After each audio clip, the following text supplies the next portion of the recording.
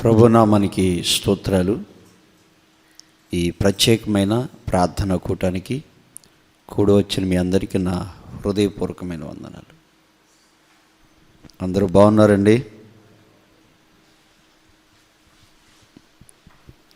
ఇంచుమించు గత 3 నెలల నుంచి ఈ గురువారం రోజున మనం ఆరాధన జరుపుకోవడానికి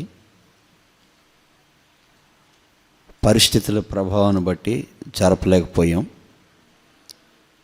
తండ్రి ప్రభు మరలా ప్రేమించి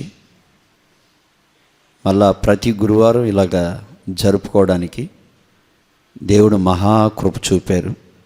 చేతుల పైకెత్తి కృతజ్ఞత కలిగి దేవునికి నిండు మనసుతో మనం స్తోత్రాలు చెల్లిద్దాం. స్తోత్రం, స్తోత్రం, స్తోత్రం, స్తోత్రం, స్తోత్రం. హల్లెలూయా. చాలా సంతోషం. వాతావరణం అనుకూలంగా లేకపోయినా మరి ఈ రాత్రి పూట ఎంతో దేవుని యందు మక్కువతో దేవుని మాటల యందు ఆసక్తి కలిగి ప్రభు యొక్క పాదాల చెంతకి మీరందరూ చేరినందుకు నేను ప్రభును స్తుతిస్తున్నాను. ప్రభు మిమ్మల్ని దీవించునుగాక. ఈ సాయంకాలం పూట దేవుని వాక్యాన్ని ప్రభా మీ బిడ్డలకి ఒక చక్కటి మాట నేను అందించాలి అని మనసారా ప్రార్థనాపూర్వకంగా ఉన్నప్పుడు దేవుడు మనలందరినీ ప్రేమించి ఒక చక్కటి వాక్యాన్ని ప్రభు అనుగ్రహించారు. మరి మీరు ఏ పరిస్థితుల్లో ఈ స్థలానికి వచ్చారో నాకు తెలియదు, కానీ దుఃఖంతో, మనోవేదనతో, విచారంతో, ఆందోళనతో, దిగులుతో, చింతతో, బాధతో వచ్చి ఉండొచ్చు. సేవకుడిగా నాకు తెలియదు, కానీ హృదయాన్ని చూస్తున్న దేవుడికి బాగా తెలుసు. ఈ పూట దేవుడు మన అందరితో మాట్లాడే మాట జకరియా పుస్తకం 10వ అధ్యాయం 8వ వాక్యాన్ని చదువుకుందాం.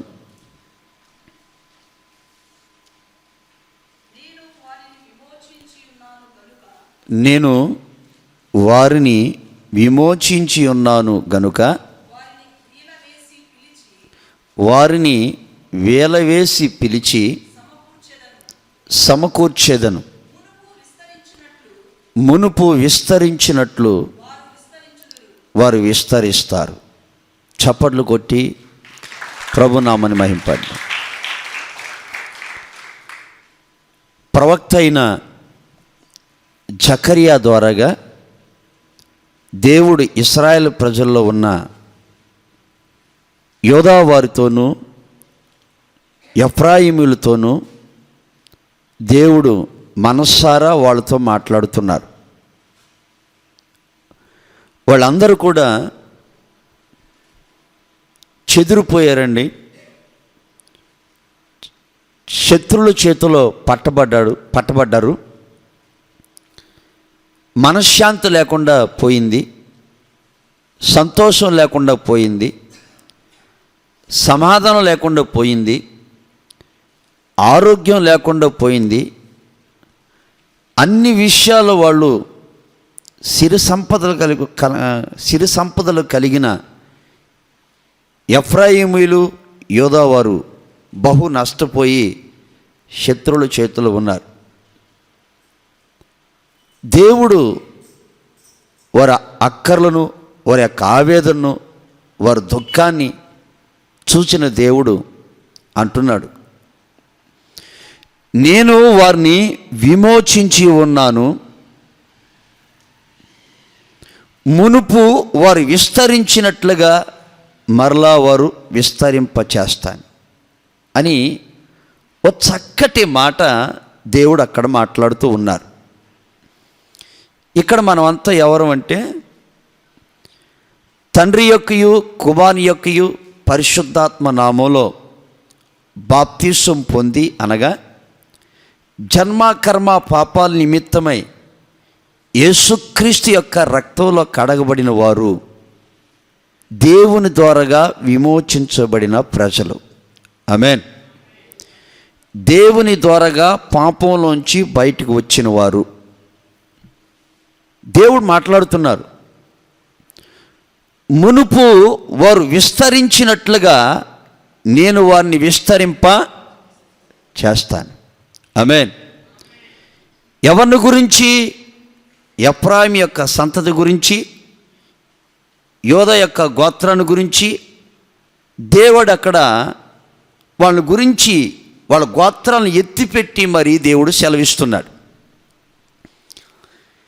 వాక్యం వింటున్న మన బ్రతుకుల్లో కూడా మనం ప్రభు యొక్క రక్తం ద్వారా కడగబడ్డాం, పాపము నుంచి విడుదల పొంది, లోకంతో స్నేహం చేయకుండా ప్రత్యేకించబడి, దేవుని యొక్క వాక్యాన్ని వింటూ దేవుని యొక్క అడుగుజాడలో నడుస్తున్న మనతో కూడా ప్రభు చెప్తున్నారు, మునుపు నువ్వు ఎంత ఆశీర్వాదకరంగా ఉన్నావో, ఒకవేళ ఇప్పుడు అంతా దరిద్రత ఎలుబడి చేస్తుందేమో, మునుపున్న ఆ ఆశీర్వాదాన్ని మరలా నేను మీకు ఇస్తాను. ఆమేన్. అక్కడే చదువుకుందాం. 7వ వాక్యాన్ని చూడండి.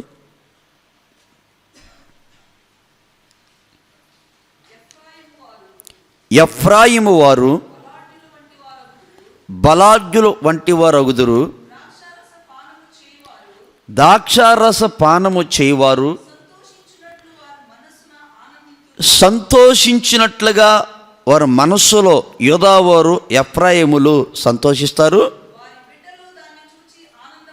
వారి బిడ్డలు దాన్ని చూచి ఆనందపడతారు. ఆమేన్. అంటే తల్లిదండ్రులు కానీ బిడ్డలు కానీ ఆ సంతోషాన్ని దేంతో పోల్చారంటే ద్రాక్షారసంతో పోల్చారు. నేను యెరూషలేంకి వెళ్ళినప్పుడు అక్కడున్న ద్రాక్షారసాన్ని తాగితే, మనం ఇక్కడ తాగే ద్రాక్ష పళ్ళు ద్రాక్షారసం కంటే అక్కడ చాలా మాధుర్యంగా ఉంటుంది. ఆమేన్. చాలా ఆ ద్రాక్షారసం చాలా రుచిగా ఉంటుంది. అందుకనే కానాని యొక్క వివాహంలో ముందు ఏమైపోయింది? ద్రాక్షారసమే అయిపోయింది. ద్రాక్షారసం అయిపోయింది అంటే ఆ ద్రాక్షారసం చాలా మధురంగా ఉంది కాబట్టి చిన్నలో ఒక గ్లాస్ తాగిన వాళ్ళు వదిలిపెడతారు, ఇంకో గ్లాస్ అంటున్నారు. పెద్దోళ్ళు ఒక గ్లాస్తో సరిపెట్టుకుంటలేదు, ఇంకో గ్లాస్ అంటున్నారు. అంటే ఆ రోజున అంత సంతోషాన్ని అక్కడికి వచ్చిన ఆ కానాని యొక్క వివాహానికి వచ్చిన వాళ్ళు ఆనందించినట్లుగానే ప్రభు చెప్తున్నారు, ఇదిగో ద్రాక్షారసం తాగిన వ్యక్తి ఎంత సంతోషంగా ఉంటారో, వారి తల్లిదండ్రులు, అది చూసిన వారి పిల్లలు చాలా సంతోషంగా ఉంటారు. ఆమేన్. ఇప్పుడు మనకు అనిపిస్తూ ఉంటుంది, ఈ కరోనా మహమ్మారి వల్ల చాలా కుటుంబాల్లో కళ్ళల్లో కన్నీళ్ళు, ముఖంలో ఆనందం, కళ్ళల్లో కన్నీళ్ళు కనపడుతున్నాయి, ముఖంలో మనోవేదన కనపడుతూ ఉంది. ప్రతి ఒక్కరూ అది ఉద్యోగపరంగా, వ్యాపారపరంగా, చదువు పరంగా ప్రతి వారు బ్రతుకుల్లో ఏదో ఒక లోటు వేదనతో మనుషులందరూ కనపడుతూ ఉన్నారు. అయితే ప్రభు అంటున్నారు, మునుపు ఉన్న సంతోషాన్ని మరలా నేను ఇస్తాను, మునుపున్న ఆరోగ్యాన్ని మరలా నేను ఇస్తాను, మునుపున్న సమాధానం మరలా నేను ఇస్తాను, మునుపున్న సంతోషాన్ని నేను ఇస్తాను. ఎందుకంటే నేను వారిని విమోచించున్నాను కాబట్టి మునుపు విస్తరించినట్లుగా నేను వారిని విస్తరింపచేస్తాను. ఆమేన్. మరి విశ్వాసంతో ఉన్న దేవుని బిడ్డలందరూ మీ కుడి చేయి పైకెత్తి గట్టిగా ఆమేన్ అనండి. మునుపు విస్తరించినట్లుగా మరలా విస్తరించునుగాక. మునుపు ఆరోగ్యంగా ఉండినట్లుగా మరలా ఉండునుగాక. మునుపు అటు స్కూలు కాలేజీలో చదువుకున్నట్లుగా మరలా దేవుడు కృప చూపునుగాక. మునుపు వ్యాపారం చేసినట్లుగా మరలా చేయటానికి దేవుడు కృప చూపునుగాక. మునుపు అందరూ కలిసి దగ్గర కూర్చుని ఆరాధించినట్లుగా మరలా దేవుడు చేయునుగాక. చప్పట్లు కొడుతూ ప్రభు నామమున అయిపోయి. హల్లెలూయా. 2 నెలల కిందట ఒక తల్లిగారు ప్రార్థనా మందిరానికి వచ్చి తన హృదయంలో ఉన్న ఆవేదన అంతా కూడా తెలియపరుస్తున్నారు. అయ్యా, ఇంచుమించు ఒక 7 సంవత్సరాల కిందట నేను కానీ, నా భర్త గారు కానీ, నా పిల్లలు కానీ చాలా ప్రార్థనాపూర్వకంగా, దైవికంగా, దైవ భయం కలిగి దేవుని పని అంటే అన్ని విషయాల్లో ముందుండేవాళ్ళం. అయ్యా, మరి ఇప్పుడేమైందమ్మా అంటే, అయ్యా నేను కానీ నా భర్త కానీ బాగానే ఉన్నాము. నా ఇంట్లో ఉన్న కుమారుడు ఉన్నాడే, ఒకప్పుడు ఆ అబ్బాయి దేవుని పనిలో ముందుండేవాడయ్యా. వాయిద్యం వాయించే దాంట్లో ముందుండేవాడు, పాట పాడే విషయంలో ముందుండేవాడు, పరిచయం చేసే విషయంలో ముందుండేవాడు. మరి ఇప్పుడు ఏమైపోయిందమ్మా అంటే ఆ తల్లినే మాటే, అయ్యా ఏమైందో, లోకంలో ఉన్న చెడు స్నేహాల వల్ల వాడు త్రాగుడికి, సిగరెట్లకి, అటు అన్యాయాల వైపు, అక్రమాల వైపు, పాపం వైపు వెళ్ళిపోయాడయ్యా. మా ఇంట్లో మా బిడ్డను గురించి ఆలోచిస్తూ ఉంటే ఆ సంతోషం, ఆ ఆనందం, ఆ సాక్ష్యం ఏమాత్రం లేదు. ఆ తల్లి చెప్తున్న మాట చాలా వేదంతో. అప్పుడు నేనున్నాను, అమ్మా దేవుని దగ్గర మన మనస్సు విప్పి హృదయపూర్వకంగా నీ బిడ్డని దేవునికి అప్పగించు. సేవకునిగా మేము కూడా ప్రభువుకి అప్పగిస్తాం. మనం అంతా కలిసి ప్రార్థన చేస్తాం. నువ్వు ఏ కన్నీళ్ళతో ఉన్నావో, ఏ వేదనతో నీ బిడ్డల విషయంలో నలిగిపోతున్నావో, మనం ఆరాధిస్తున్న దేవుడు తన బిడ్డలు కన్నీటి బ్రతుకు నాట్యంగా మార్చేవాడమ్మా. నువ్వు కలవరపడొద్దు, ప్రార్థన చేద్దామని ఒక మాట చెప్పాను. ఆమేన్, హల్లెలూయా. అంటే ఈ మాట నేను ఎందుకు చెప్తున్నానంటే, మునుపు ఆ ఇంట్లో ఆ కుటుంబ బిడ్డల ప్రవర్తన బట్టి చాలా హ్యాపీగా ఉన్నారు. ప్రస్తుతం ఎలా ఉన్నది అంటే, లోకంలో కలిసిపోవడం వల్ల ఆ కన్న తల్లికి బిడ్డల గురించి ఆలోచించినప్పుడు గుండెల్లో బహువేదన, బహు దుఃఖం, బహుభారం కలుగుతుంది. మరి ఇప్పుడు ప్రభు ఏమంటున్నాడు, మునుపు ఏ రీతిగా ఉన్నారో అలాగే నేను చేస్తాను. ఆమేన్, హల్లెలూయా. పరిశుద్ధ గ్రంథంలో దేవుడు ఏదన్నా నేను ఇది నీకు ఇస్తాను అంటే అది ఇచ్చే ముందుగా మనల్ని కూడా ఒక కోరిక దేవుడు అడుగుతాడు. ఆమేన్, హల్లెలూయా. నేను ఇది నీకు చేస్తాను, లేక ఇది నేను నీకు ఇస్తాను, లేక నేను నీతో వస్తాను, నేనే అక్కడికి వచ్చి మాట్లాడతాను అనే ముందుగా దేవుడు మన నుంచి కూడా ఆయన వాక్యానుసారంగా జీవించాలని దేవుడు కోరుకుంటాడు. ఆమేన్. చూడండి, అప్పుడప్పుడు ఇంట్లో ఉన్న తల్లి కానీ తండ్రి కానీ పిల్లలు చదువు విషయంలో కానీ కాలేజీ విషయంలో కానీ, అరే నాయనా నువ్వు బాగా చదివితే, నువ్వు ఎగ్జామ్లో పాస్ అవుతే, నువ్వు మంచి మార్కులు తెచ్చుకుంటే, స్కూల్ ఫస్ట్ వస్తే నీకు మంచి సెల్ ఫోన్ కొంటానను, లేక స్కూటీ కొంటానను, సైకిల్ కొంటానను, ఏదో కొన్ని విషయాలు తల్లిదండ్రులు చెప్తారు. ఎందుకని చెప్పండి? నేను చేస్తాను, నువ్వు కూడా ఎలాగా చెయ్యి.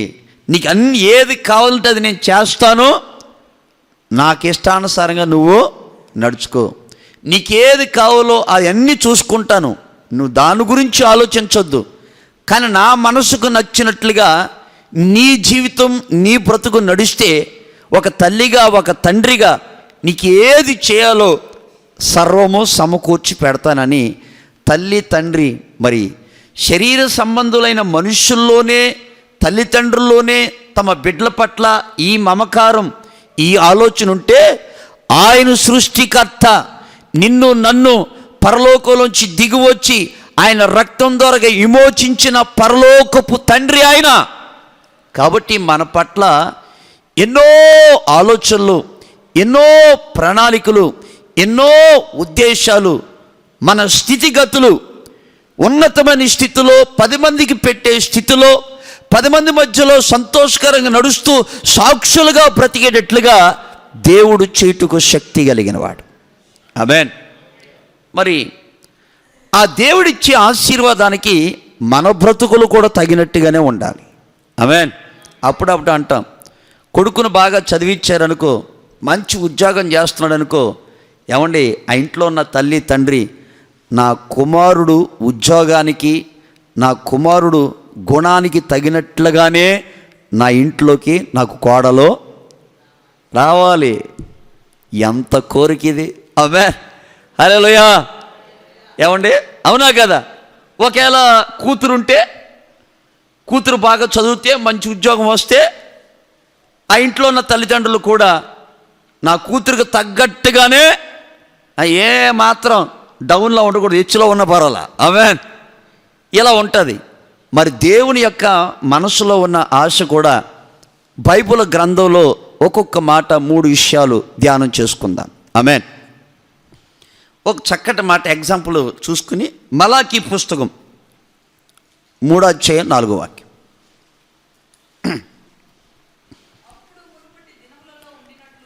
అప్పుడు మునుపటి దినములో ఉండినట్లును, అమ్మా అప్పుడు పూర్వపు సంవత్సరములో ఉండినట్లును యోదావారును యెరూషలేము నివాసులను సరిపోదు. ఆమేన్. అక్కడ రాయబడిన మాట యోదావారు గురించి, దేవుని బిడ్డల గురించి, మునుపు ఉండినట్లు మీరు ఉండండి, మునుపు ఉండినట్లు మీరు ఉంటే మునుపు విస్తరించినట్లుగా మరలా నేను విస్తరింపజేస్తా. ఆమేన్. హల్లెలూయా.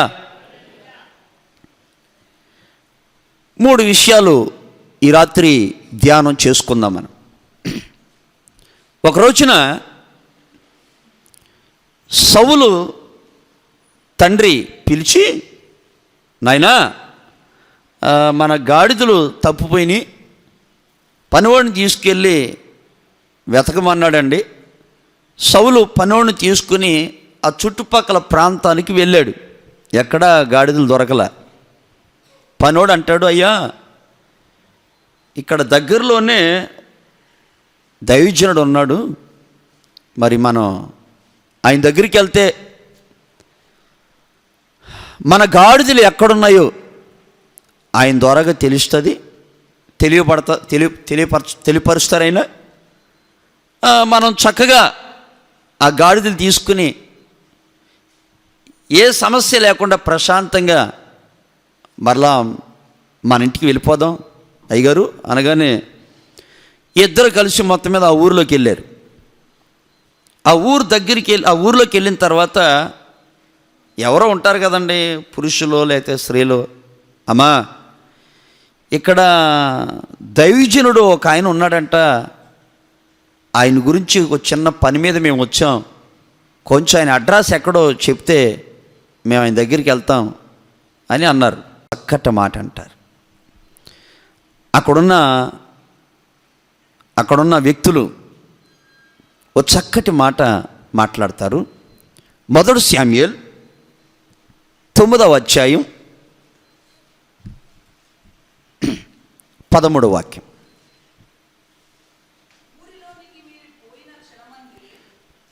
ఊరిలోనికి మీరు పోయిన క్షణమందే అతడు భోజనము చేయుటకు ఉన్నతమైన స్థలానికి వెళ్ళక మునిపే అతడు రాక మునుపు జనులు భోజనము చెయ్యరు. అండర్లైన్ చేసుకోండి.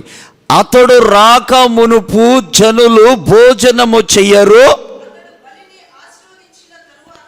అతడు బలిని ఆశీర్వదించిన తర్వాత అమ్మా పిలువబడిన వారు భోజనము చేస్తారు. తలపైకెత్తాం.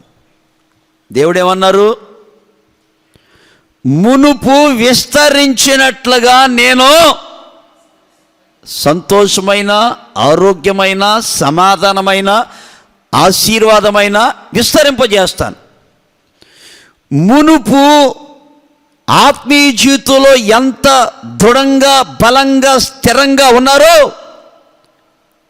అది నాకు కనపడాలి అని చెప్పిన దేవుడు ఇక్కడ ఇశ్రాయేలు ప్రజల గురించి ఒక ఆణిముత్యము లాంటి మాట అక్కడ ఉన్న వ్యక్తులు మాట్లాడుతున్నారు. ఏమని? అయ్యా, మా మధ్యలో దేవుని సేవ చేస్తున్న పరిశుద్ధుడు శామ్యూయేల్ ప్రవక్త ప్రభు సేవ చేస్తున్నాడయ్యా.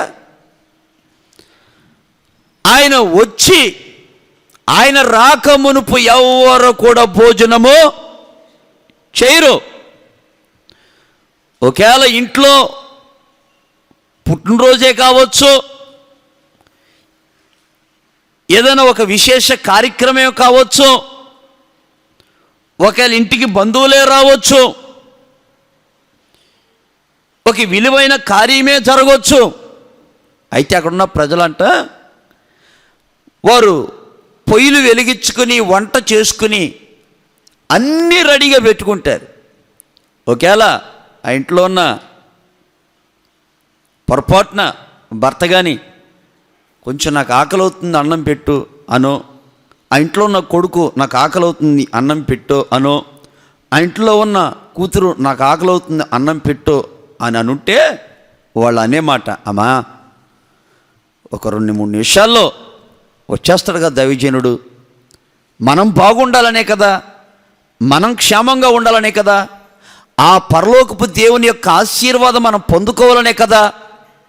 కాబట్టి ఆయన వచ్చి దేవునికి బలి అర్పించి తర్వాత మనం కలిసి కూర్చుని భోంచేద్దామని ఆ ప్రజలు ఆ కుటుంబానికి అట్లా నచ్చ చెప్పుకోవడం వల్ల శామ్యూయేలు ప్రవక్త వచ్చి బలి అర్పించి దేవుని ప్రజల్ని ఆశీర్వదించిన తర్వాత అప్పుడు వాళ్ళు ఏ వంటలైతే వండుకున్నారో కూర్చుని చక్కగా తినేవారు. ఆ కుటుంబాలు చాలా ఆశీర్వాదకరంగా ఉండేవి. ఆమేన్, హల్లెలూయా. అంటే ఇక్కడ ఇది పాత నిబంధనలో జరిగిన విషయం. కొత్త నిబంధనలోకి వచ్చేసరికి ఓ మాటలో చెప్పాలంటే, అమ్మో, ఇంట్లో ఉన్న మనం ఏది వంట వండుకున్నా సేవకుడు వచ్చి ఆశీర్వదించిన తర్వాత తినాలా? అమ్మో, నాకు షుగర్ ఉంది, నా పరిస్థితి ఏంటి? అమ్మో, నాకు ఆకలి ఉంది. ఆ రోజుల్లో ఆ కట్టుబాట్లు ఉన్నాయి. కానీ దీని ఆత్మీయ అర్థం మనం తెలుసుకోవాలి. ఏంటంటే, అతడు రాకమునుపు జనులు భోజనము చెయ్యరు. అతడు వచ్చి ఆ బలిని అర్పించి తన పని ముగించుకుని వెళ్ళిన తర్వాత ప్రజలు భోజనము చేస్తారు. ఆమేన్. మీకు చిన్న విషయాన్ని నేను తెలియపరుస్తాను. ఎలియాజరు అబ్రాము యొక్క కుమారుణ్ణి ఇస్సాకి భార్యను తీసుకురావడానికి అబ్రాము చెప్పిన మాటకి కట్టుబడి ఆ దేశానికి వెళ్ళిన తర్వాత బెతీయేలు ఇంటికి వెళ్ళాడండి. ఎవరో? ఎలియాజరు. అబ్రాము గురించి అన్ని విషయాలు చెప్పారు. అక్కడి వరకు బాగానే ఉంది. అయితే వీళ్ళు అంటారు, అయ్యా మరి సమయం అవుతుంది, సాయంకాలం పొద్దుపోయింది, మీరు చాలా దూరం నుంచి వచ్చారు, మరి ఉన్న విషయాలు తర్వాత మాట్లాడుకుందాం. మీరు అర్జెంటుగా మీకు భోజనం పెట్టాను, ఈ భోజనం మీరు చేయండి అంటే ఎలియాజరు అంటాడు, నేను వచ్చిన పని పూర్తి అవ్వక మునుపు నేను భోజనము, చదవండి ఆ మాట, ఆదికాండం 24వ అధ్యాయం 33వ వాక్యం.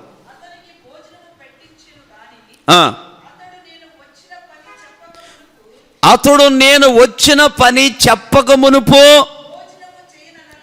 భోజనము చెయ్యను. సరిపోద్ది. ఆమేన్. చూడండి అమ్మో, తర్వాత మాట్లాడుకుందాంలే, నేను చాలా దూరం నుంచి వచ్చాను, లోపల కడుపులో ఎలకలు పరిగెడుతున్నాయమ్మా, మీకు పుణ్యం ఉంటుందో ముద్దాన్నం పెట్టండి, తిన్న తర్వాత తీరుబాటు కూర్చుని మాట్లాడుకుందాం అనాలి. ఆయన అట్లా నేను వచ్చిన పని చెప్పక మునుపు భోజనము చేయను. నేను ఏమైతే చెప్పానో దానికి సరిగ్గా ఆన్సర్ ఇస్తే కనుక, అది నాకు నచ్చితే కనుక, అప్పుడు నేను మీ ఇంట్లో చేయగలుగుతాను, యజమాని దగ్గరికి వెళ్తాను. నేను వచ్చిన పని అవ్వకుండా ఈ ఇంట్లో చేయి కడిగే పనే లేదు. ఆమేన్. అంటే ఎలియాజరు ఎవరి పని మీద వచ్చాడు? ఎవరండి? అబ్రహాం పని మీద వచ్చాడు. ఆమేన్.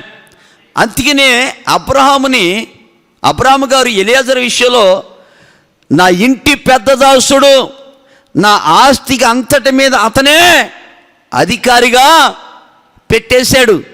కారణం ఏంటంటే, అబ్రహాము గారు ఏదైనా పని చెప్పితే ఆ పని అయిపోయిన తర్వాతే ఏదో చక్కగా భోంచేసే మంచి గుణం ఎవరిదండి?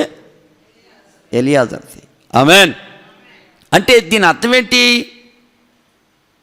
ఏమండి, మన బ్రతుకుల్లో కూడా చాలామంది మనం చూస్తాం, ఉదయాన్నే ఒక పని ఉంటుంది. ఏంటో పని అంటే మనకి దేవునికి, మనకి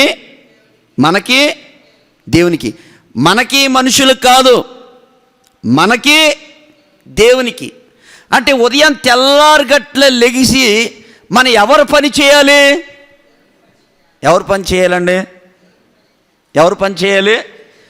దేవుని పని చేయాలి. అంటే ఉదయం లెగ్గానే మోకరించు, ఓపిక లేకపోతే కూర్చునో, ప్రభువా రాత్రంతా నన్ను నా కుటుంబాన్ని కాపాడారు, నన్ను నా ఇరుగు పొరుగు వారిని కాపాడారు, మమ్మును మా సేవకులను కాపాడారు, నన్ను నా కలిగిన వారిని కాపాడారు, నన్ను నా ప్రాంతాన్ని దేశాన్ని కాపాడారు అని కృతజ్ఞతలు చెప్పి తదుపరి ఏం చేయాలంటే, ప్రభువా ఈ దినాన నీ కృప మాకు కావాలయ్యా, మీ జ్ఞానం మాకు కావాలయ్యా, మీ యొక్క పవిత్రమైన జీవితం మాకు కావాలయ్యా, మీ పవిత్రమైన నేత్రాలు మాకు ధరింపు చేయనైనా, మా చెవులు, మా చూపు, మా హృదయం పవిత్రంగా ఉండాలి ప్రభువా.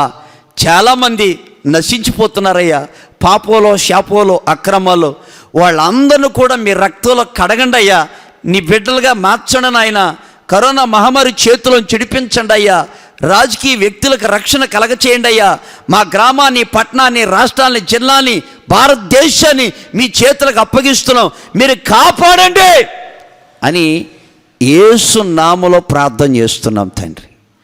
ఆమేన్. హల్లెలూయా. ఇది పని చేయటం అంటే. ఈ పని చేసి అప్పుడు నువ్వు మంచినీళ్ళే తాగు, ఈ పని చేసి నువ్వు కాఫీయే తాగు, ఈ పని చేసి నువ్వు టీయే తాగు. ఏమండి, కాసేపు బైబిల్ చదివి నువ్వు టిఫినే తిను, ప్రార్థన చేసి బైబిల్ చదివి ఎప్పుడైతే నువ్వు వెళ్తావో ప్రభు అంటాడు, నా పని నువ్వు చేసావు కాబట్టి నీ పని నేను చేస్తా. కొట్టి చప్పట్లు. ఆమేన్. హల్లెలూయా. చూడండి ఎంత వైరాగ్యం ఆ ప్రజలకి. అతడు రాకమునుపు ఎవరో భోజనము చేయరు. ఎలియాజరు చెప్పిన పని చేసేంతవరకు భోజనము చేయుడు. ఆమేన్. ఇప్పుడు క్రొత్త నిబంధనలో కూడా భలే ఉందండి ఒక మంచి మాట. చదువుకుందాం అనుకోండి. 2 దశలోని పత్రిక 3వ అధ్యాయం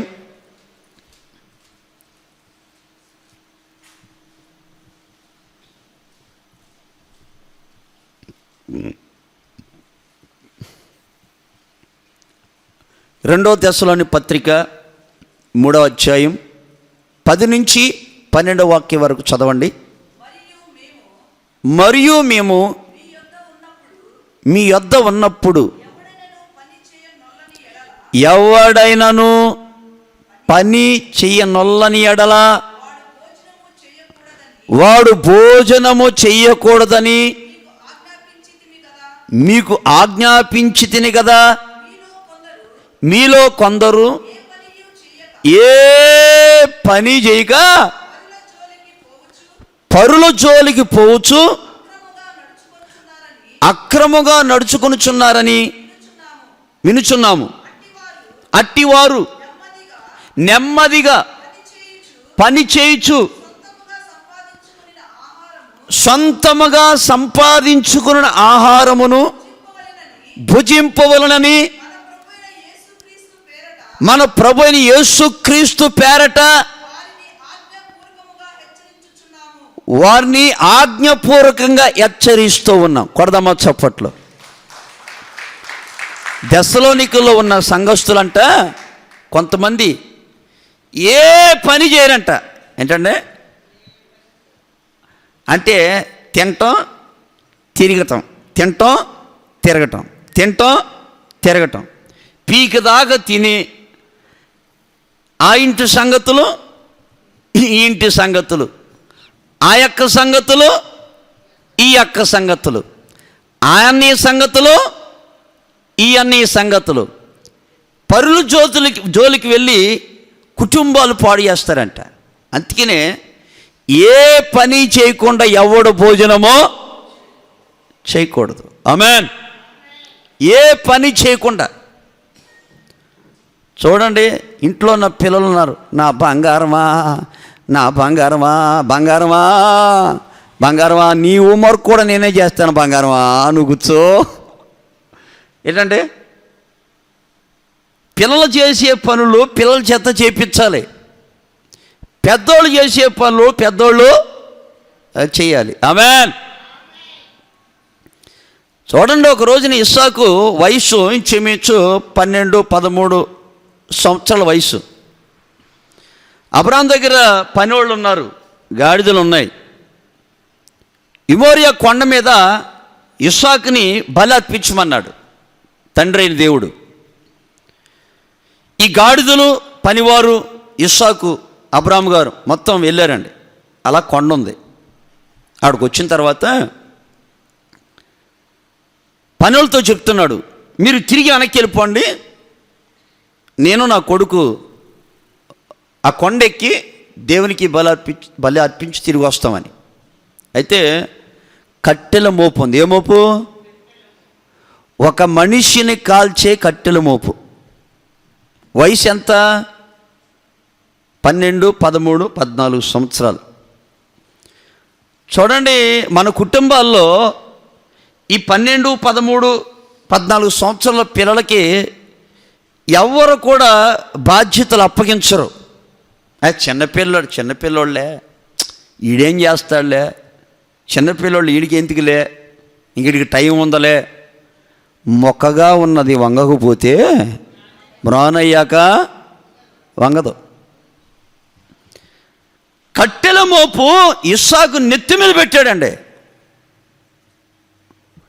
ఎప్పుడైనా గుర్తుపెట్టుకోండి, బరువు మోసే వ్యక్తికి ఏమండి చిన్నప్పటి నుంచి అలవాటు ఉంటే ఒక్కసారి 30 కిలోల బరువు ఎత్తినా సునాయసనంగా మోసేస్తాడు.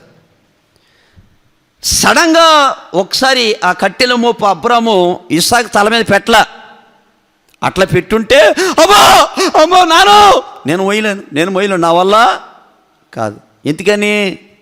సునేమి తల్లి కొడుకు పొలానికి ఎప్పుడు వెళ్ళా, ఆ రోజు వెళ్ళాడు పొలానికి. ఆ ఎండ దెబ్బకి తలనొప్పి అన్నాడు. ఎప్పుడు వెళ్ళలేదు కదండి, తలనొప్పి అని గందరగోళం చేశాడు. వాళ్ళ అమ్మని వాళ్ళ నాన్నని మొత్తం ఊరిని గందరగోళం చేశాడు మహానుభావుడు. చూడండి, ఇస్సాకు నెత్తి మీద ఆ కట్టెల మోపు పెట్టినప్పుడు, ఏమండి నానా ఇది నేను మోయలేను, ఇది నా వల్ల కాదు, గాడిదలు ఉన్నాయి, గాడిదలు ఉపయోగించుకోవచ్చుగా, పనోళ్ళు ఉన్నారు, పనోళ్ళు ఉపయోగించుకోవచ్చు కదా అని ఇస్సాకు ఏమి అనలేదు. ఆమేన్. ఎందుకంటే చిన్నప్పటి నుంచి ఇస్సాకు ఆ ఇంట్లో అన్నం తినాలంటే పని చేస్తేనే తండ్రి అన్నం పెట్టేవాడు, పని చేస్తేనే తల్లి అన్నం పెట్టేది. పరిశుద్ధ గ్రంథంలో భక్తులందరూ కూడా తమ పిల్లల్ని ఖాళీగా పెట్టలేదు, వాళ్ళు కూడా ఖాళీగా లేరు. మన బ్రతుకుల్లో కూడా మనం దేవుని పని చేయాలి, మన ఇంట్లో పని చేసుకోవాలి, చదువుకోవాలి, అన్ని పనులు చేసుకోవాలి. కూర్చుని దేవుడా ఇచ్చే అంటే కుదరదు. ఆమేన్. మన బ్రతుకులు ఏం చేయాలి? ఏ ఒక్కరు ఖాళీగా ఉండకుండా పని చేయాలి. ఆమేన్. పని చేసేవానికి ఏం దొరుకుతుంది? జీతం దొరుకుతుంది, ప్రతిఫలం అనుగ్రహించబడుతుంది. ఆమేన్. హల్లెలూయా. చదువుకునే వయసులో చదవాలి, ప్రతిదాను కూడా సమయం కలదు. నా దేవుడు అలాగ దీవించునుగాక. ఆమేన్. రెండో అనుభవం, 1 శామ్యూయేలు 3వ అధ్యాయం 3వ వాక్యం.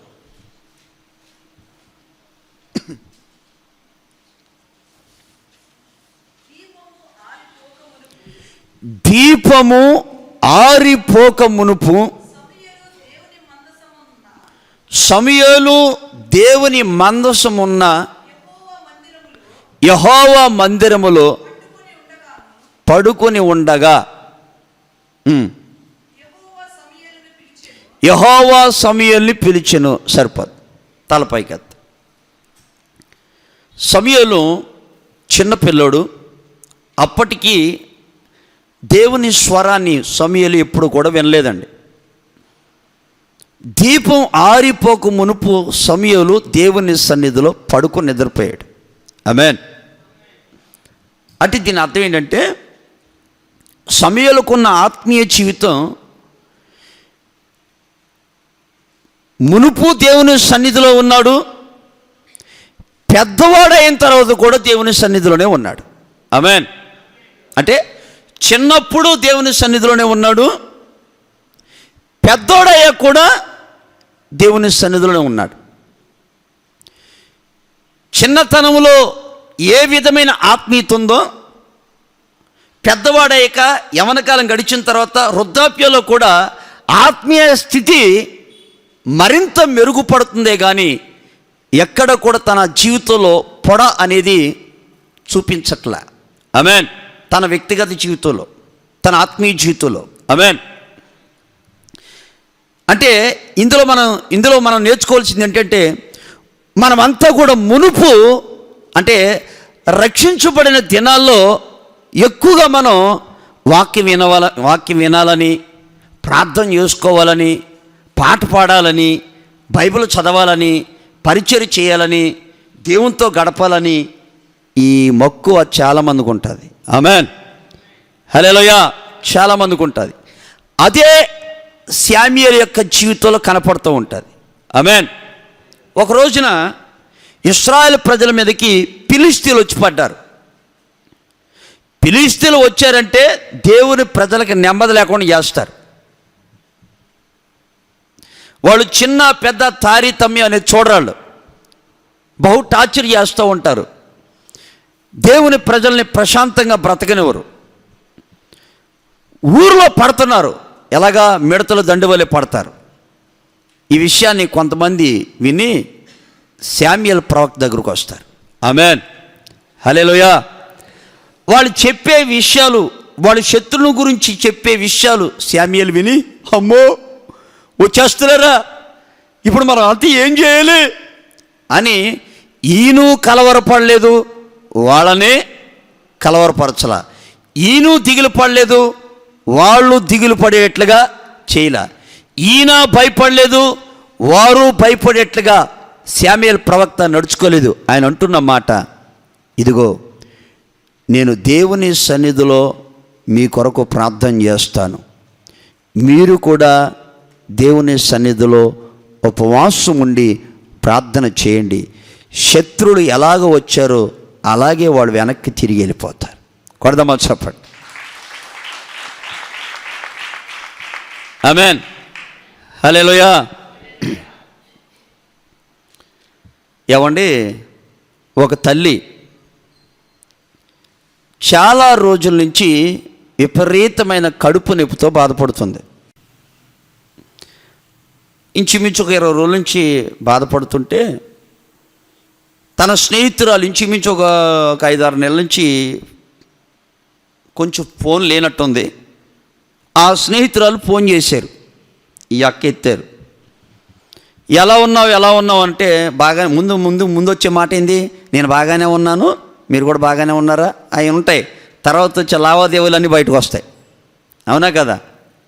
ఇప్పుడు ఈ అక్కగారు అన్నారు, ఆ అక్కగారితోటి ఇంచుమించు ఒక 15-20 రోజుల నుంచి కడుపు నొప్పితో అల్లాడిపోతున్నాను అని అనగానే అవతల ఉన్న అక్క దేవుని బిడ్డే, ఈ తల్లి కూడా దేవుని బిడ్డే. అవునా, ఇప్పటి నుంచి 10-20 రోజుల నుంచా? ఏమనుకోబోకు, మా పక్కింటి అమ్మ కూడా ఎలాగే కడుపులో నొప్పి వచ్చింది, హాస్పిటల్ తీసుకెళ్ళారు, అదేదో పేగేదేదో కుళ్ళిపోయినట్టుంది, అడుగు కట్ చేసి పడేశారు, పొట్టలో పేగు, అన్నం పేగు. ఇప్పుడు అర్జెంటుగా నువ్వు కూడా లేట్ చేయొద్దు, ఆలస్యం చేయొద్దు. ముందే ఈ మనిషి భయంతో ఉంది. అవతలం ఏం చేసిందంటే మరింత భయపెట్టేసింది. అంటే దీని అర్థం ఏంటి, ఆమె దేవుని సన్నిధిలో ఉన్న వ్యక్తి కాదు. అర్థమవుతుందా? ఆమె దేవుని సన్నిధిలో ఉన్న వ్యక్తి కాదు. శామ్యూయేలు అట్లా లేడు. ఎలా ఉన్నాడు చూడండి, ఆ మాట చదువుకుందాం. 1 శామ్యూయేలు 7వ అధ్యాయం 5వ వాక్యం.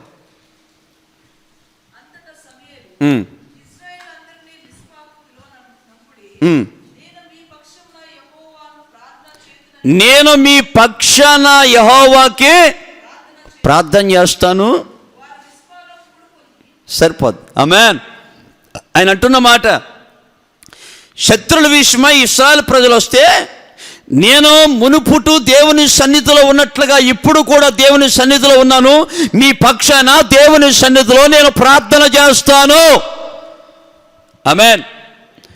నా దేవుడు ప్రార్థన ఆలకించి విని వెంటనే మీ శత్రువుల చేతిలో పడకుండా విని వెంటనే మీ హృదయాలు హర్షించి గంతులు వేసి నాట్యం ఆడినట్లుగా, మీ భయ ఆందోళన తొలగిపోయేట్లుగా, ఉరుముల మెరుపుల ద్వారాగా శత్రువులు పారిపోయి మన బ్రతుకుల్లో దేవుడు కార్యం చేస్తాడు. ఆమేన్, హల్లెలూయా. అంటే సమయంలో ఉన్న మంచి గుణం ఏంటంటే, ప్రారంభంలో మునుపు ఏ విధంగా దేవుని సన్నిధిలో ఉన్నాడో, సమస్యలే వచ్చినా, శత్రువులే వచ్చినా, ఒత్తిళ్ళు ఎదురైనా మరలా ఆయన దేవుని సన్నిధిలో ప్రార్థన చేస్తున్నాడు. ఆమేన్. ఇందులో సౌలు గురించి చెప్తాను వినండి. సౌలు దేవుని సన్నిధిలో లేకపోవడం వల్ల, దేవుని చిత్తానుసారంగా నడవలేకపోవడం వల్ల, వాక్యానుసారంగా జీవించలేకపోవడం వల్ల దేవుడంట దర్శనం ఇవ్వటం మానేశాడు, కళ్ళ ద్వారాగా మానేశారు, ప్రవక్తల ద్వారాగా మాట్లాడటం మానేశారు. ఎవరండి? దేవుడు. ఎవరితో? సౌలుతో. అప్పుడు అంతకు మునుపు ఎలా ఉండేది? లెగిస్తే దైవజన్ దగ్గరికి వెళ్ళేవాడు ఆయన. ఆమేన్. ఎక్కడికి వెళ్ళేవాడు అండి? ఏదైనా సమస్య వస్తే పరిగెత్తికెళ్ళేవాడు, ఏదైనా ఆపద వస్తే పరిగెత్తికెళ్ళేవాడు, ఏదైనా ఆలోచన కావాలంటే పరిగెత్తికెళ్ళేవాడు. కొన్ని దినాలు బాగానే ఉన్నాడు. మధ్యలో ఏమైపోయిందంటే, అపవాదికి, దుష్టునికి, సాతానికి, లోకానికి, మనుషులకి, మనుషుల మాటలకి చోటిచ్చేసి అతనిలో దురాత్మలు ప్రవేశించి ఏమైపోయాడంటే పూర్తిగా దేవునికి దూరం అయిపోయాడు. ఒకరోజు అంటాడు, శత్రువులందరూ నన్ను చంపడానికి దేశం మీదకి వస్తున్నారు, ఇప్పుడా దేవుడు నాతో మాట్లాడతలేదు, ప్రవక్తల ద్వారాగా దేవుడు మాట్లాడతలేదు, పడుకొని నిద్రపోతే కల ద్వారాగైనా దర్శనం ద్వారాగైనా మాట్లాడతాడంటే మాట్లాడతలేదు. మరి ఇప్పుడు ఈ దేశంలో కర్ణ పిశాచి ఎక్కడున్నాడో తెలుసుకోండి, అక్కడికి వెళ్దాం. ఎక్కడికి వెళ్దాం? కర్ణ పిశాచి ఎక్కడ ఉన్నారో తెలుసుకోండి, అక్కడికి వెళ్దాం. ఎందుకని? జ్యోతిష్కోని చెప్పించుకోవడానికి. గుర్తుపెట్టుకోండి. అంతకుముందు ఆత్మీయత ఏంటి? రాజులుగా చేస్తానంటే సామాన్లోకి వెళ్ళి తగ్గించుకుని దాక్కున్నాడు. ఆమేన్. ఆత్మీయత, చాలా వైరాగ్యం. అటువంటి వ్యక్తి దుష్టుని చేతిలో, పాపం చేతిలో పడిపోయి చివరికి ఎక్కడికి వెళ్ళిపోయాడంటే, మునుపు దేవుని సన్నిధిలో ఉండవలసిన సౌలు ఎక్కడికి వెళ్ళాడో తెలుసా? మంత్ర దగ్గర, గతి దగ్గర కూర్చుని జ్యోతిష్కుని చెప్పించుకుంటున్నాడు. చూడండి, ఈరోజు చాలామంది క్రైస్తవుల జీవితంలో మనం అక్కడక్కడ చూస్తూ ఉంటాం. ముందు ఎంతో భక్తిగా ఉంటారు, ఎంతో ప్రార్థనాపూర్వకంగా ఉంటారు, ఎంతో వాక్యానికి విలువిచ్చి విధేయ చూపించే వ్యక్తులుగా ఉంటారు. కానీ పరిస్థితులు మారిపోయినప్పుడు ఎలా ఉంటారంటే, కొడుకు పెళ్లి చేయడానికి కానీ, కూతురు పెళ్లి చేయడానికి కానీ మళ్ళా లోకం వైపు వెళ్ళిపోతారు. ఒక ఇల్లు కట్టించుకోవడానికి కూడా సేవకుడిని కాకుండా అన్యుల ఆచారాలకు వెళ్ళిపోయి చేసే పరిస్థితులు అక్కడక్కడ మనం చూస్తూ ఉంటాం. చూడండి, సౌలు అంతకు మునుపు జ్యోతిష్కుడు కనపడ్డా, చిల్లంగితనం, మంత్రగత్తె ఎవరు కనపడినా ఆ ఊర్లోంచి వాళ్ళని బయటికి పంపించేసేవాడు. ఆమేన్. పలానా చోట ఉన్నారంటే సేన ముందు ఈయనే ఉండేవాడు. అక్కడ దెబ్బకు పరిగెత్తికెళ్ళేవారు. ఇప్పుడు పరిస్థితి మారిపోయి ఎక్కడున్నాడంటే, ఈయన కూడా దేవుడు ఇష్టం లేని చోట కూర్చుని మరింత అపవిత్రతకు చోటు ఇవ్వడానికి సౌలు కారకుడైపోయారు. అంటే ఇందులో మనం తెలుసుకోవాల్సిన మాట, దుష్టుడు ఏం చేస్తాడంటే దేవునితో మనం ఉండనివ్వకుండా మన సావాసంలోంచి బయటికి తీసుకెళ్తాడు. అంటే ఇంట్లో శుభవార్త ఛానల్ ఉంది, ఆరాధన ఉంది, నువ్వు ఆన్ చేసావు, చూస్తున్నావు, ఇందులో పాట వచ్చింది, నెక్స్ట్ ఏంటి పక్కనే తర్వాత ఇంకోటి, అంటే చేతిలో ఉంది కదండి ఆ రిమోట్, టక్ టక్ టక్ టక్ మార్చగానే ఏదో ఒక సీరియల్లో, ఏదో ఒక నాటిక, ఏదో ఒక జోక్ వస్తుంది, కళ్ళు వెళ్ళిపోతాయి, మనసు కూడా వెళ్ళిపోద్ది. తర్వాత సరే అయిపోయింది, ఒక అరగంట 10 నిమిషాలు చూసావు, అయిపోయింది. ఇప్పుడు మనసు అంటుంది, కొంచెం ప్రార్థన చేసుకుంటే బాగుంటుంది కదా అని మనసు అంటుంది. వినండి, నువ్వు మోకరించి, ప్రభువా మీకు స్తోత్రం నాయనా, పగలంతా మీరు కాపాడారు, ప్రభువా మీకు స్తోత్రం నాయనా అని మనం ప్రార్థన చేస్తున్నాం. సాతానుగాడు వచ్చి, దుర్మార్గుడా, దుష్టుడా, ఇప్పుడు వరకు టీవీ కాడికి వచ్చి సినిమాలు చూసి, సీరియల్ చూసి మళ్ళీ ప్రార్థన చేస్తున్నావా? నీ ప్రార్థన పరలోకన పోద్దా? గుర్తుపెట్టుకోండి. ఎవరంటారు? శోధకుడు వచ్చేస్తాడు. అప్పుడు మనం నిజమే కదా, ఇంక ఇవాళ ఏం చేసుకుంటాంలే, రేపు చేసుకుందాంలే, ఇంక ఇవాళ ఏం చదువుకుంటాంలే, బైబిల్ రేపు చదువుకుందాంలే అని మొత్తం మూసి, బైబిల్ మూసి, ప్రార్థనకు పులి స్టాప్ పెట్టి ఏమండి మూసుకేసి పడుకుంటాం. ఓకేనా? తెల్లారు లెగిస్తాం, లెగ్గానే మళ్ళా మోకరించి, ప్రభువా రాత్రంతా కాపాడవు ప్రభువా నీకు స్తోత్రం, ఇదొకటే వస్తుంది, నెక్స్ట్ ప్రార్థన రాదు. ఎందుకని అంటే ఆల్రెడీ మన హృదయంలోకి ఒక అపవిత్రత చోటు చేసుకుంటున్నప్పుడు దేవుని సన్నిధిలో ప్రార్థన చేయటానికి మనస్సు రానివాడు దుష్టుడైన సాతానుడు. ఎందుకంటే యోధా దేవునితో, దేవుని సన్నిధిలో ఉన్న యోధా ఎప్పుడైతే తప్పు చేశాడో సాతాను ఛీ, నీది ఒక బ్రతికేనా? పరిశుద్ధుని అప్పగిస్తావా? ప్రేరేపించింది ఎవరో గుర్తుపెట్టుకోండి. ప్రేరేపించింది ఎవరో? సాతాను గాడే, సిగ్గులకి ఆడే ప్రేరేపించాడు. సినిమా చూడు, తాగు, సిగరెట్ కాల్చు, గుట్టకాలు తిను, భార్యని తిట్టు, కొట్టు, తల్లిదండ్రులు దూషించి బయటికి నెట్టే ఆడే ప్రేరేపిస్తాడు. మళ్ళా వాడే దుర్మార్గుడా, ఛీ నీకు పుట్టగతులు ఉండవు, సావు అంటాడంతే. ఆడే పాపంలో పడేస్తాడు, ఆడే ప్రార్థన చేయకుండా చేస్తాడు. అంటే దీని అర్థం ఏంటంటే పూర్తిగా వాడు స్వాధీనంలోకి వెళ్ళిపోతాడు మనిషి. ఇలాగ సాతాను సౌలుని తన స్వాధీనంలోకి తీసుకుంది. కాబట్టి శామ్యూయేలు జీవితంలో అట్లా జరగలేదు. కారణం ఏంటంటే మునుపు దేవుని సన్నిధిలో ఉన్నాడు, ఎప్పటికీ ఆయన దేవుని సన్నిధిలోనే ఉన్నాడు. అలాగే మన జీవితంలో కూడా దేవుడు మునుపు విస్తరించినట్లుగా చేస్తానంటున్నాడు. ఒకవేళ మనం కొద్దిగా భక్తిలో తగ్గేమేమో, కొంచెం వాక్యంలో తగ్గేమేమో, బైబిల్ చదివే విషయంలో తగ్గేమేమో, ప్రార్థన చేసే విషయాల్లో తగ్గేమేమో, కొంచెం దూరమయ్యేమో, అయితే ప్రభు అంటున్నాడు మరలా నేను మీకు అవకాశం ఇస్తాను, నా దగ్గరకు వచ్చి మీరు పశ్చాత్తాపడండి, సరి చేసుకోండి, మునుపు ఏ విధంగా నా సన్నిధిలో ఉన్నారు అటువంటి మహాకృప దేవుడు మనకు అనుగ్రహించుటకు శక్తి కలిగిన వాడు. ఆమేన్, హల్లెలూయా. మీకు అర్థమయ్యేట్లుగా వచ్చిన విషయం చెప్తాను. ఎప్పుడో ఒక 10 సంవత్సరాల కిందట ఇంచుమించు ఒక 5-6 వేల మంది రాయలసీమలోనే ఒక పెద్ద దైవజనులు వచ్చి పాటలు పాడి వాక్యం చెప్తున్నారు. ఇంచుమించు ఒక 5-6 వేల మంది ఉంటారు. 5-6 వేల మంది ఉంటారు. ఆ దైవజనులు అంటే ప్రభువు చెప్తున్నారు, చెప్పిన మాటలు ఆయన అందిస్తున్నారు. అప్పుడు నేను కూడా సేవ చేస్తున్నాను. సాతానుగాడు వచ్చి నన్ను మెల్లింగా కెలికాడు. సాతానుగాడు వచ్చి నన్ను అని ఊదాడు. అవ్వ చెవికాడు ఊదినట్టు ఊదాడు. ఎలాగా అంటే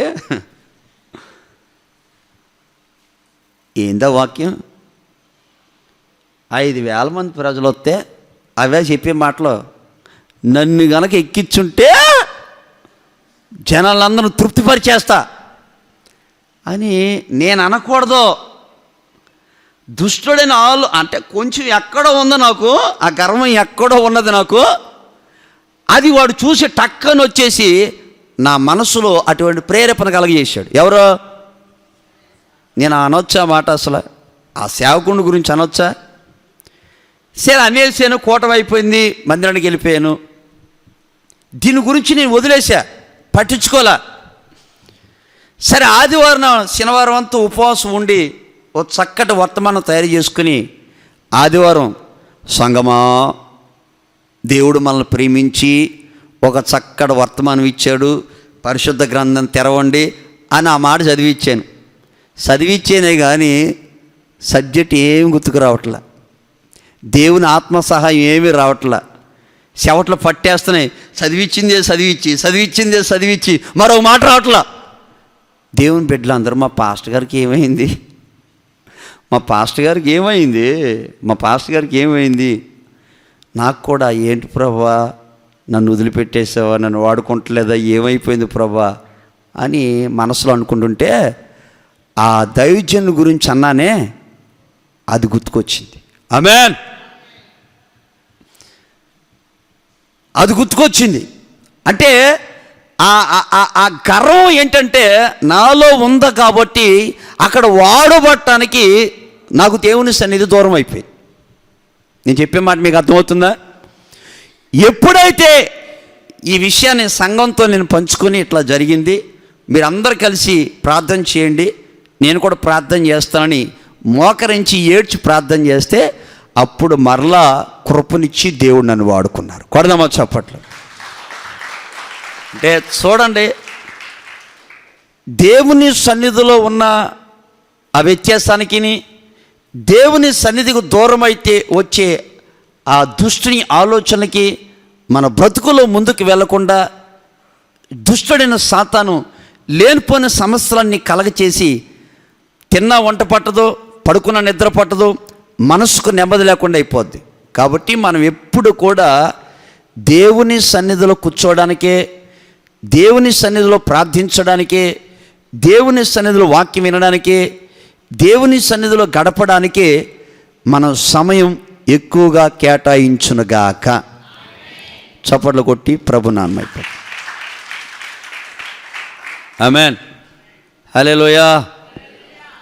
ఒక తల్లి తల్లో ఎన్ని ఎంటుకలు ఉన్నాయో అన్ని సమస్యలు చెప్పారు.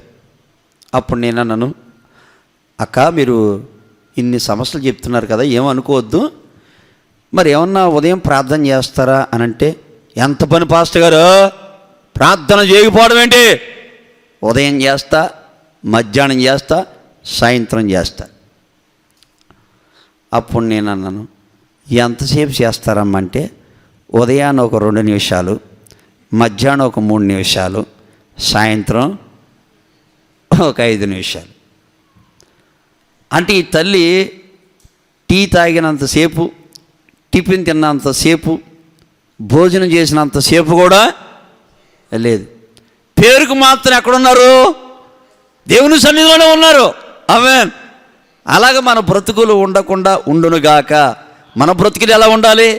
దేవుని సన్నిధిలో ఎక్కువ సమయాన్ని గడిపే ఆ కృప అందరికీ దయచేయునుగాక.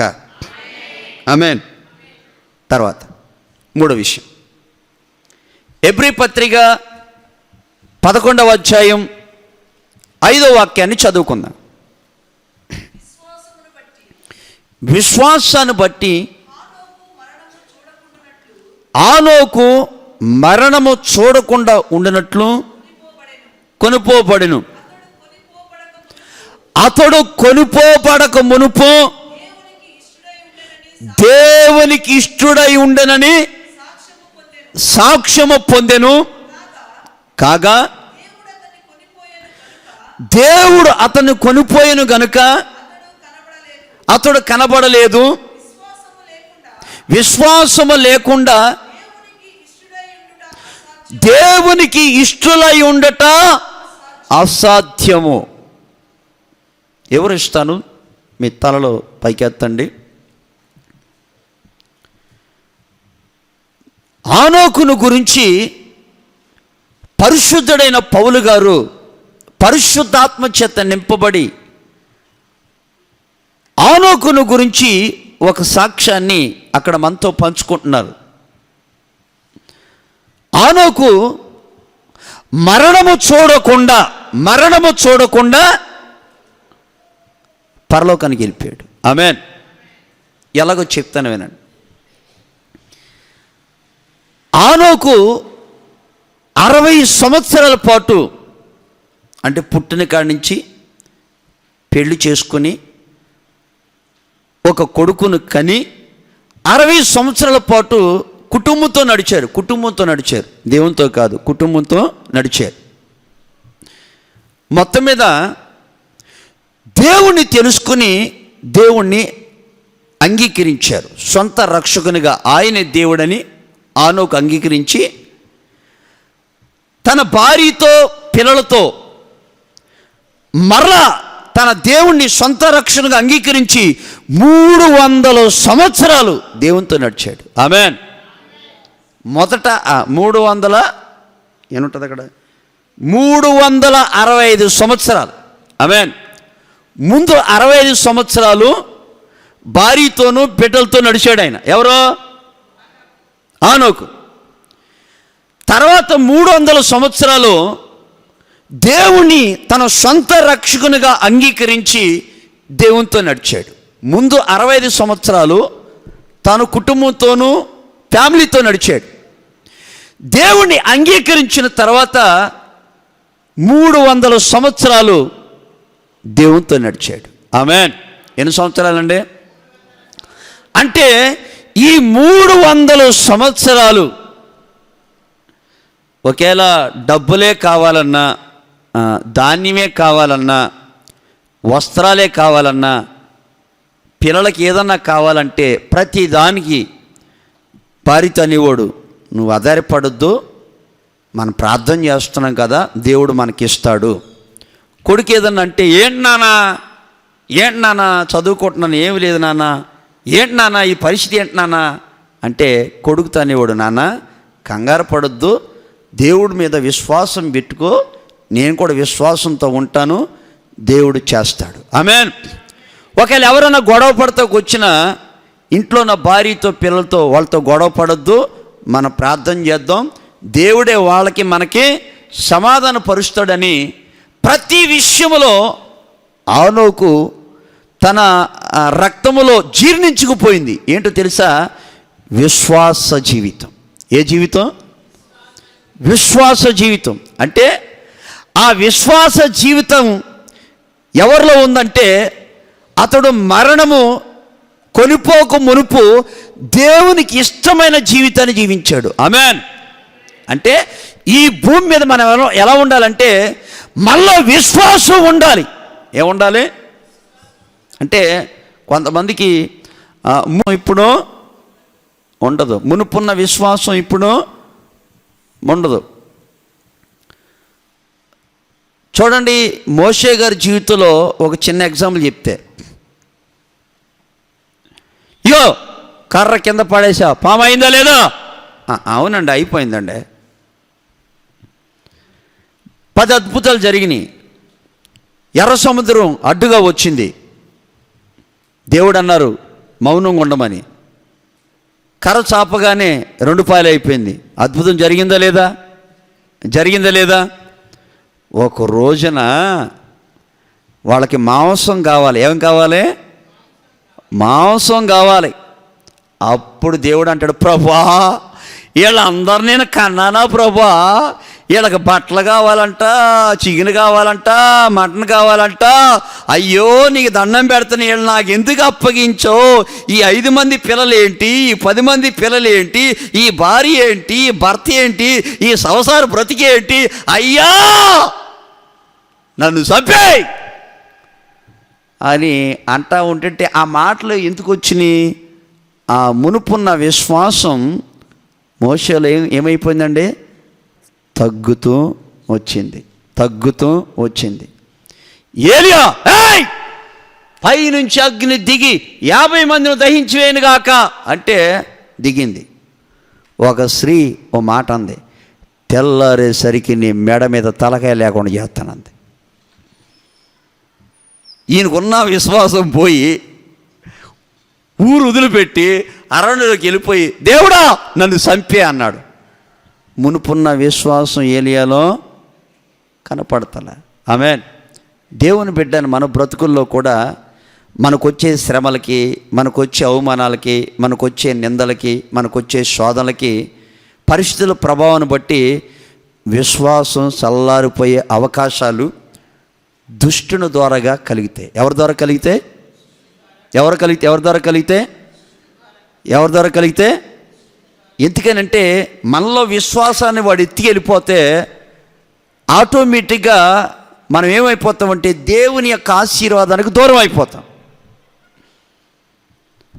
అందుకని మనలో ఎప్పుడు కూడా ఆ ప్రారంభంలో భలే విశ్వాసంగా మనం ఉంటాం. ఆమేన్.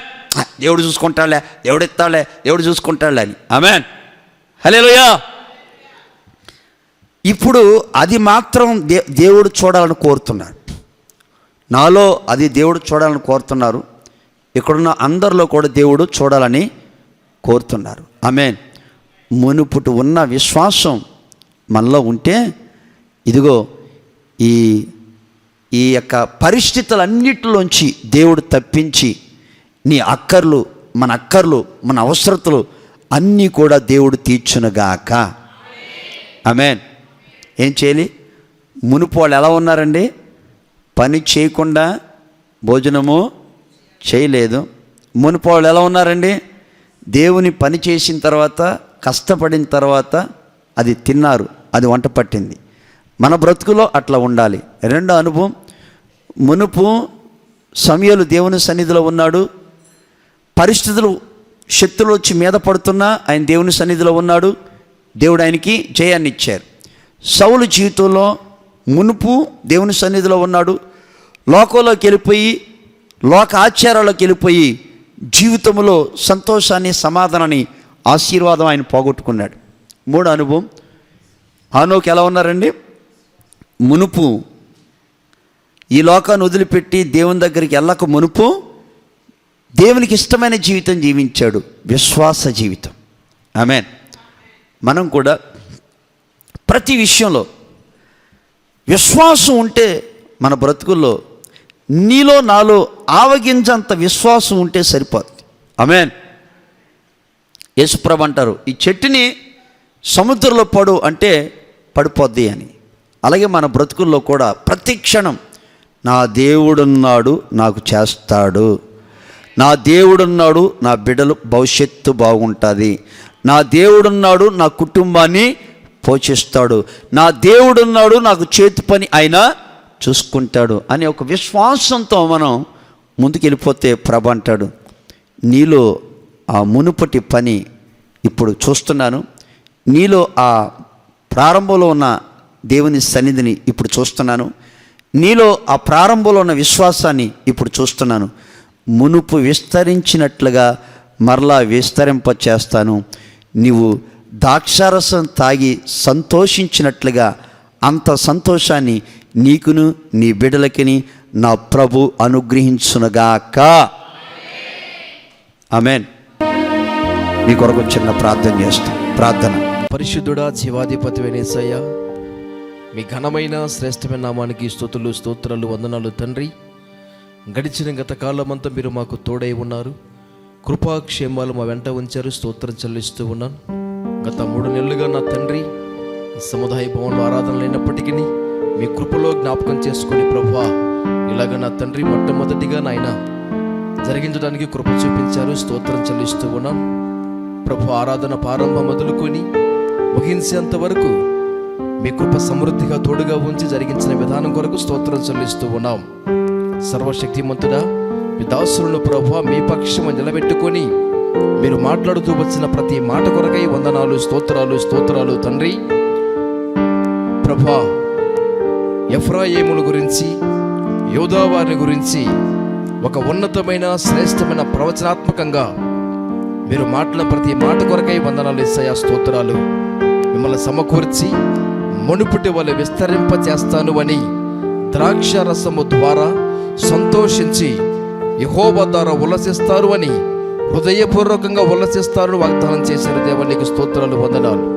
నిశ్చయముగా ప్రభువా, ఈ ఆరాధనలో కూడి వచ్చిన వారికి, ఈ ప్రాంతములో ఉన్న వారికి, దూరాన సమీపాన వింటున్న ప్రతి ఒక్కరి జీవితాలలో అలాగున నా తండ్రి ప్రతి విషయములోనూ అన్ని విషయములలోనూ మీరు విస్తరించబోతున్నందుకు స్తోత్రం చెల్లిస్తూ ఉన్నాం. విస్తరింప చేయుచున్నందుకు స్తోత్రం చెల్లిస్తున్నాము ప్రభువా. నిశ్చయముగా వీరందరూ విస్తరించబడాలి. జనుల ప్రాంతములు అనేకులు చేరి ఆరాధన చేయ విషయములో విస్తరించాలి.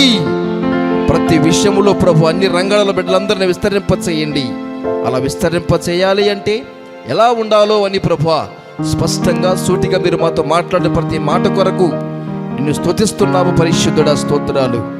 మునుపటి వలె నాయనా ప్రభువా, అయా నా నైవేద్యములు అర్పించు విషయములలో మునుపు ఎలాగైతే ఉన్నారో ఇప్పుడు అలాగే ఉండాలని మాట్లాడుతూ వచ్చారు.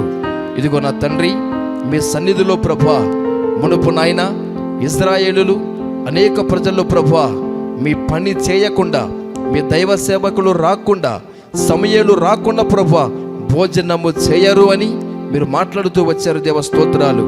నిశ్చయముగా ప్రభువా మీ పని చేయకుండా మేమెవ్వరము కూడా భోజనం చేసేవారిగా ఉండకూడదు నా తండ్రి. ప్రభు మీ పని అనగా మీకు చెల్లించవలసిన స్తుతులు, కృతజ్ఞత అర్పణలు, చెల్లించవలసిన ప్రార్థన అర్పణలు నా తండ్రి అర్పించే వారికి మమ్మల్ని మార్చండి. అలాగే తండ్రి నాయనా చెల్లించవలసిన వాక్య ధ్యానమును, వాక్యం చదివే విషయములోను, ప్రార్థించే విషయములలోను అత్యధికముగా ప్రభువా వృద్ధి పొంది విస్తరింపచేయడం వేడుకుంటూ ఉన్నాం. రెండవదిగా నా తండ్రి ప్రభువా మీ ఆత్మీయ జీవితములో ఆత్మీయతలో ప్రభువా విస్తరించబడాలి నా తండ్రి. మునుపు ఎలాగైతే ఉన్నారో ఇప్పుడు అలాగనే ఉండాలి ప్రభువా. సమయంలో నా తండ్రి చిన్న వయసు నాటి నుండి పెరిగి పెద్దవాడే ముసలవాడైనప్పటికీ ఒకే రీతిగా ఆత్మీయతలో ఉన్న రీతిగా మమ్మల్ని అందరినీ మార్చమని ప్రార్థిస్తూ ఉన్నాం. సవులు వలె కాక సమయలు వలె ప్రభువా ఆత్మీయతలో ప్రభువా ఎప్పుడు ఒకే రీతిగా ఉండకు మీరు కృప చూపించమని ప్రార్థిస్తూ ఉన్నాను. మూడవదిగా నా తండ్రి ఆనోకును మా మధ్యలో ఉంచి మీరు మాట్లాడుతూ వచ్చారు. దేవ స్తోత్రాలు. ఆనోకు ప్రభువా మీతో నడిచాడు నాయన.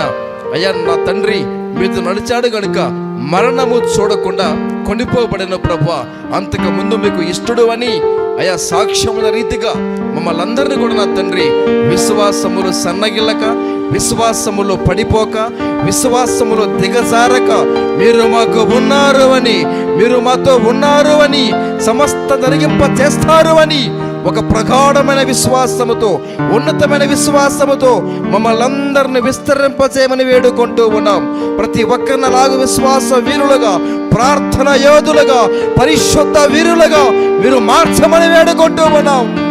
అట్టి ఘనకార్యములు చేసి మీరు మహిమను పొందండి యేసయ్య స్తోత్రాలు. ఇంతవరకు ప్రభువా మీ మాటల మిత్రమే దినదాసులను రెట్టింపున అభిషేకముతో నింపండి, మంచి ఆరోగ్యములతో నింపండి. ఇంకా అనేక జాతులకు, జనాంగానికి గొప్ప ప్రవక్తగా మలిచి ఈ ప్రాంతమంతటా, పరిసర ప్రాంతమంతటా బహుబలముగా వాడుకొని మీరు మహిమ పొందుకునమని వేడుకుంటూ సర్వ మహిమ ఘనత కీర్తి మీకు ఆరోపిస్తూ కూడి వచ్చిన ప్రతి ఒక్కరిని అన్ని విషయములలో విస్తరింపచేసి మహిమను పొందమని సర్వలోక మహిమ ఘనత మీకు ఆరోపిస్తూ నజరేయుడు యేసుక్రీస్తు ప్రశస్త నామములో ప్రార్థించడిగి పొంది ఉన్నాము తండ్రి. ఆమేన్, ఆమేన్. మన తండ్రి అయిన దేవుని ప్రేమ, కుమారుడు యేసయ్య కృప, పరిశుద్ధాత్మ దేవుని దీవెనలో నిన్న సహవాసము సన్నిధి ఇప్పుడు ఎల్లప్పుడు సదాకాలము ఆరాధనలు కూడి వచ్చిన ప్రతి ఒక్కరికి, సకల కోటి పరిశుద్ధులందరికీ, మనుషులందరికీ మమ్మల్ని విస్తరింప చేయండి అని తీర్మాన ప్రతి ఒక్కరికి ఆయన కృప సదాకాలము తోడై తన రాజ్య రాకడకై సిద్ధపరచునుగాక. ఆమేన్, ఆమేన్. హల్లెలూయా, హల్లెలూయా, హల్లెలూయా. దేవుని పేరిట మీ అందరికీ వందనాలు.